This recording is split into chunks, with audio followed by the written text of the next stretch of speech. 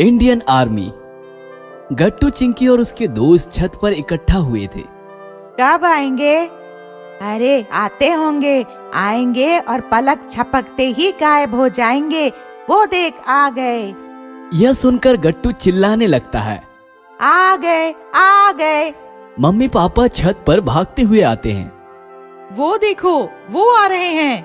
भारत माता की जय।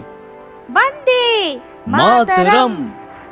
राफेल विमानों की आवाज आसमान में गूंज रही थी। 5 विमानों की एक टुकड़ी हवा को चीरती हुई शान से आ रही थी। राफेल विमानों को देखकर सब सैल्यूट करते हैं।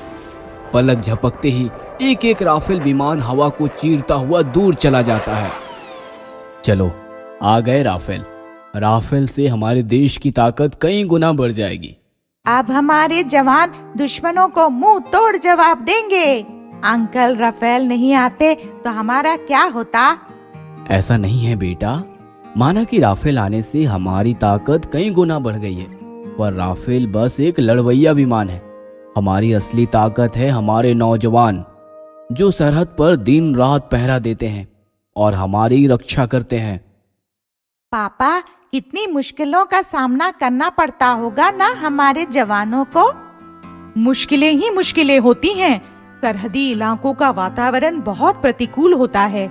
रेगिस्तान में अंगारे बरसते हैं और कश्मीर में बर्फ के गोले, फिर भी जवान अपनी परवाह किए बिना डटे रहते हैं। बहुत बहादुर और हौसलेबाज है हमारे जवान। उनके बुलंद हौसले और बहादुरी से ही तो हम कारगिल जैसे युद्ध में विजयी हुए।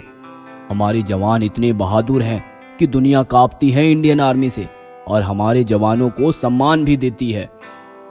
सच में हमारी आर्मी सम्मान और अभिमान की हकदार है।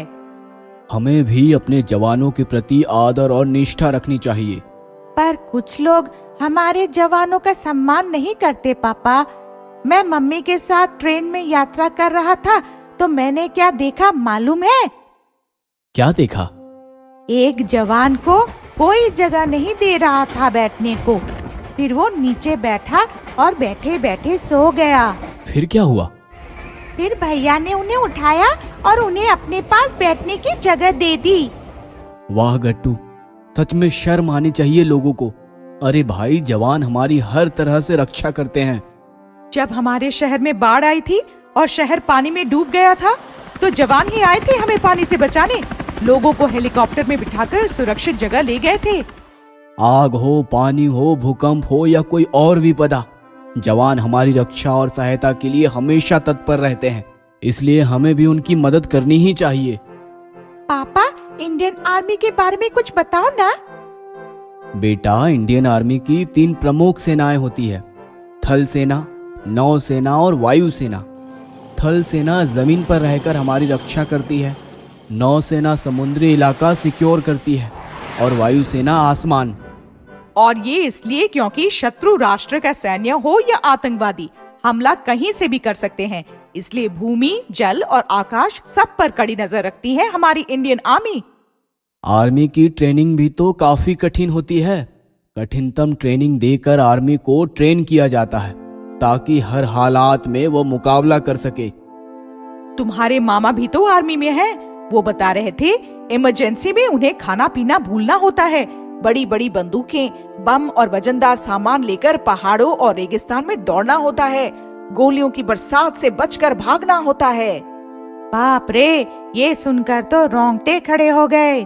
सोचो जरा, सुनकर ही हमारा यह हाल है। आर्मी को तो रोज ऐसी जिंदगी का मुकाबला करना होता है और वो शान से करते हैं।